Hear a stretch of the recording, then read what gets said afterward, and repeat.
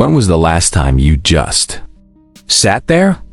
No phone, no music, no conversations, no planning, nothing to entertain you, distract you, or occupy you. For most of you, that moment of silence probably lasted less than 15 seconds before you reached for a device. We have pathologically deleted boredom from our lives, and in doing so, we have deleted the fuel for our future. That we have created a generation of highly stimulated, profoundly unmotivated people. You are not bored with life. Your brain is addicted to cheap hits. Here is why you need to schedule intentional boredom back into your calendar immediately. We are going to reclaim your mental spark using the science of the dopamine reset. Welcome back to Take and Grow. Let's talk about the silent epidemic making you feel dull. The fundamental issue is your reward system. We often misunderstand dopamine. It is not the neurotransmitter of pleasure. It is the neurotransmitter of desire and seeking. It drives motivation. It gets you up in the morning to chase the reward. But we have taught our brain that the highest rewards are available for the lowest effort. Effort zero. Swipe a screen. Instant dopamine hit. Effort zero. Watch a video at 2x speed. Instant novelty. Effort zero. Check an email notification. Instant social relevance. We are giving our brain a constant, high-dose drip of cheap, fast-acting dopamine. This breaks the baseline. This is where hedonic adaptation comes in. Hedonic adaptation is the psychological phenomenon where the more exposure you have to a stimulus, like excitement or novelty, the less impact it has.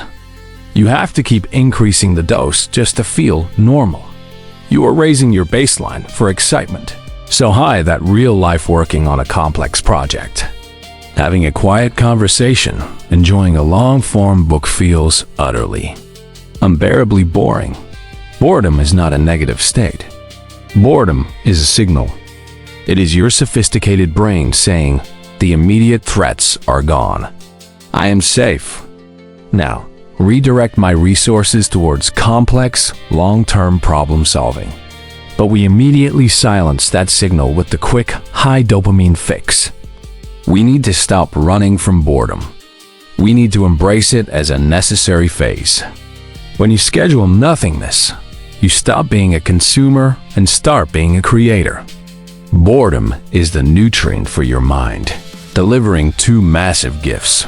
Gift 1. Creativity, the default mode network. When you are bombarded with information, reading, watching, talking, your brain is in the task positive network, TPN. It's focused, but it's rigid. When you are completely still driving on the highway, washing dishes, or standing in line with no phone, your brain finally activates the default mode network, DMN. The DMN is the creative switch. It starts performing latent inhibition. It connects disparate, unrelated memories and ideas that were previously siloed. This is the mechanism behind every aha moment. If you are constantly feeding your brain content input, you are preventing the DMN from forming novel connections output. Boredom is not passive. It is an active phase of deep, unconscious cognitive work. Gift 2. Cognitive resilience, willpower training. Boredom forces you to confront the only person you've been avoiding, yourself. What do you feel when you are bored? Anxiety? Restlessness? The physical urge to check your phone? This restlessness is the addiction mechanism kicking. By sitting through it, you are strengthening your prefrontal cortex, the CEO of your brain, in two ways. Delaying gratification. You are training the muscle of waiting for a high-value, slow dopamine reward, a finished project, over a low-value, fast dopamine hit, a notification, inner audit. You are giving your subconscious mind the space to process hidden anxieties, unresolved conflicts, and unclear values. The emotions that surface during boredom are clues for what you need to deal with in real life. You clarify your values and purpose. We are not going to try harder. We are going to strategically lower the stimulation of your environment to force your dopamine baseline to drop. Step 1. The daily 15-minute stare. The unschedule. You must schedule a time every single day to 15 minutes to do absolutely nothing. The location. Sit in a chair that is not your work chair. The rules. No phone, no book, no music, no meditation. Just let your mind wander. The test. The moment you feel the urge to check the time, scratch or move, that is the addiction. Sit through it. The initial discomfort is the sound of your addiction breaking. You are building tolerance for stillness. Step 2. The radical friction protocol. Stop making high dopamine habits easy and low dopamine habits hard. Do the opposite. The phone lockup. Move your phone charger out of your bedroom and into a drawer. Require a physical key or a walk to another room to access it. Every step of friction weakens the impulse. The app removal. Delete social media apps from your phone. Only access them via your desktop browser, where the interface is less addictive. And the login process creates friction. Be anti-friction. Leave a physical book open on your pillow. Leave your journal open on a desk. Make the creative task the path of least resistance. Step 3. Replace consumption with process. Stop passively consuming content that makes you lazy. Replace it with a process that makes you an active agent. Consumption. Watching a 3-hour documentary about learning guitar. Process. Picking up guitar for 15 minutes and practicing one chord. Consumption. Reading headlines about the stock market. Process. Opening a spreadsheet and tracking your own monthly expenses. The dopamine hit from creation is slower and requires effort, but it is deeper, longer lasting, and far more rewarding because it is tied to meaning and skill mastery.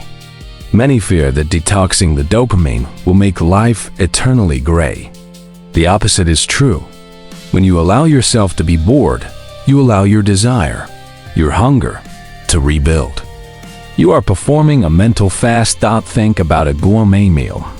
If you have been snacking on chips all afternoon, that complex meal will taste dull. You've spoiled your palate.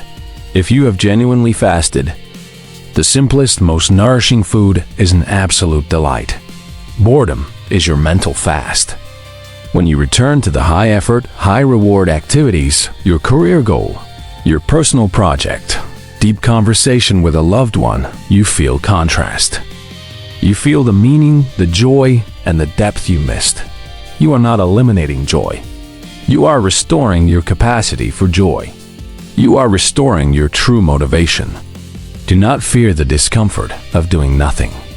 That initial restlessness is the sound of your brilliant creative engine. REBOOTING. Schedule 15 minutes of intentional boredom today. It is the most productive thing you can possibly do for your future mental resilience. If this video gave you the permission you needed to put your phone down and embrace the silence, please hit that like button. It supports our mission to help you think deeper. And if you are ready to elevate your mind and gain true, sustainable motivation, subscribe to Take and Grow. I have a challenge for you, the 7-day boredom reset. For the next 7 days, commit to 15 minutes of true nothingness every day. Tell me in the comments, what is the first thing you are going to create after your 15 minutes of boredom? A paragraph? A sketch? A plan? Thank you for watching. Embrace the silence and reclaim your spark.